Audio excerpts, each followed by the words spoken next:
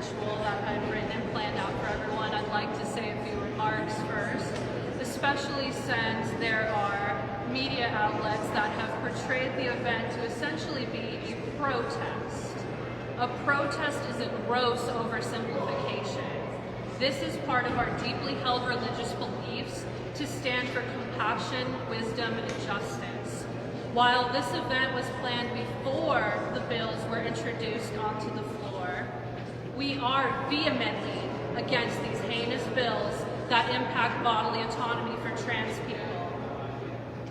I also wanted to say, so much effort and time and money spent on protecting the children by attempting to ban drag, attempting to ban LGBT books, attempting to ban policies on being inclusive towards LGBT students, and inhibiting healthcare to trans minors, and who knows if adults are next. Where are the bans and efforts to legislate such things such as beauty pageants or restaurants such as Hooters? Where are the cries of protect the children when for decades Idaho has allowed an exemption in its Child Protection Act and injury laws for faith healing, letting parents choose to withhold potentially life-saving treatment without fear of legal repercussions?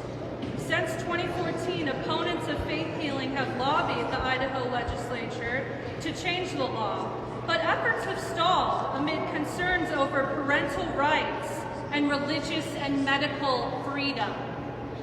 Since then, more children have died. 8 child deaths since 2020 in Canyon County alone, where Followers of Christ's largest church group is located. 11 faith healing deaths happened in the same county in the previous 5 years. Where are the cries to protect the children then?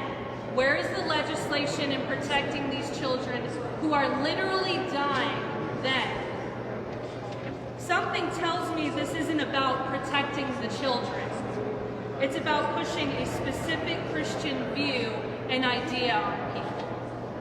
And the next part I'm going to say isn't necessarily scripted, but I urge progressive, compassionate Christians to stand up against the people who are trying to dictate what your faith is. It is not a legislation's job to dictate what your religious viewpoint is. It is not their job to dictate what the Christian view is. Your perspective and your viewpoint matters, not necessarily this evangelical Christian nationalist viewpoint that seeks to inhibit and impede others.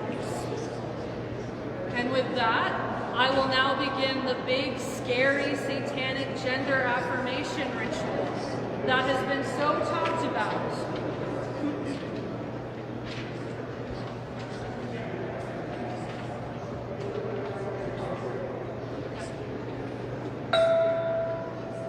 Satan is a symbol of the eternal rebel in opposition to arbitrary authority, forever defending personal sovereignty, even in the face of insurmountable odds.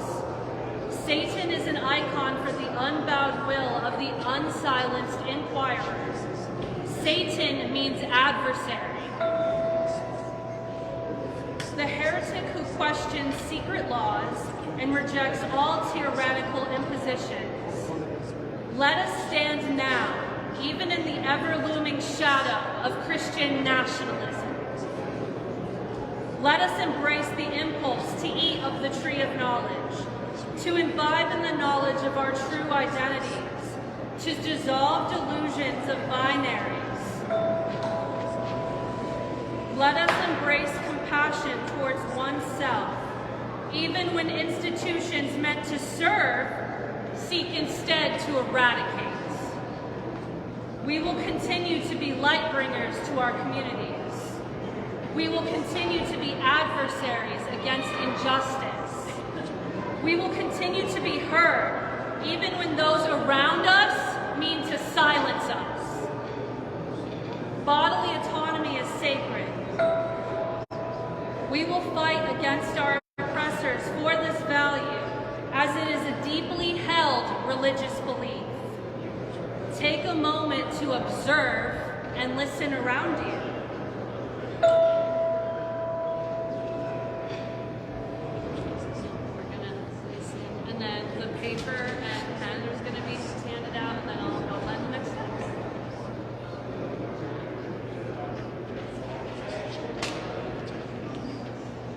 I'm sure you guys could technically. Use my bag. Or use his bag. I didn't think about a table.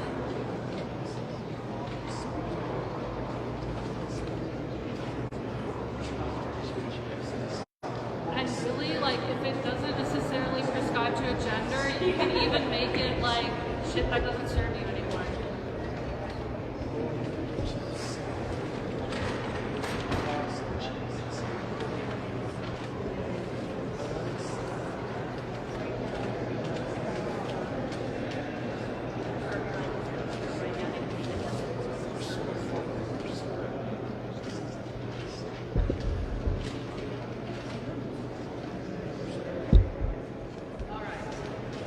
We have just as much right to be here as they do. Religious plurality is a value that we uphold and we seek to serve them.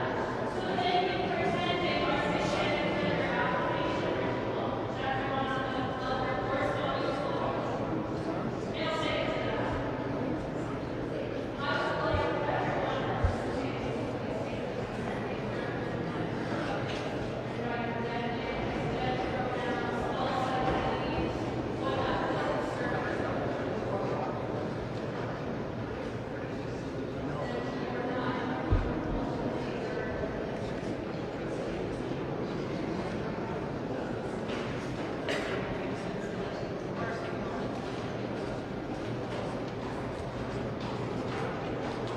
yeah, just fold it.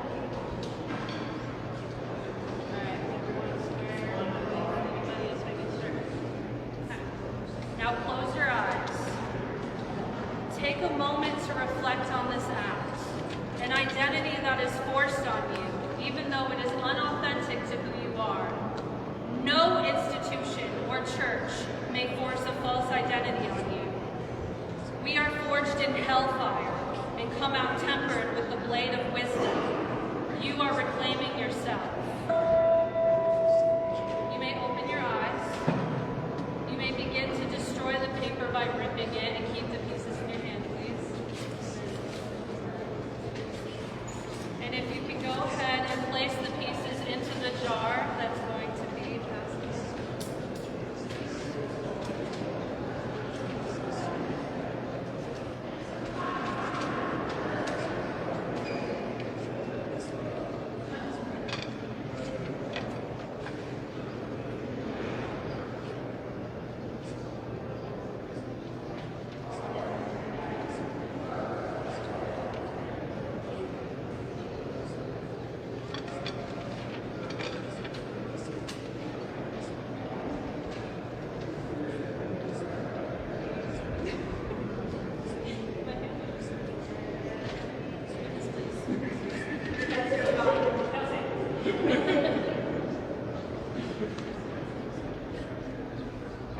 I take all of these forced false identities and watch them dissipate into the waters of self-compassion. Because compassion towards others is important, but towards ourselves is even more important. All right.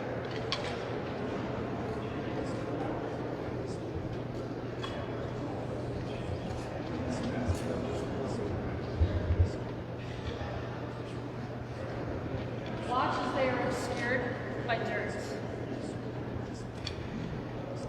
Many will see this as a blasphemy. Blasphemy should be seen as a re-examination of the supposed sacred.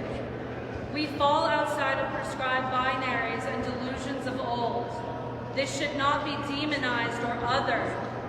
You are your own master. Please, at some point after this, do something celebrating your true identity and your true self.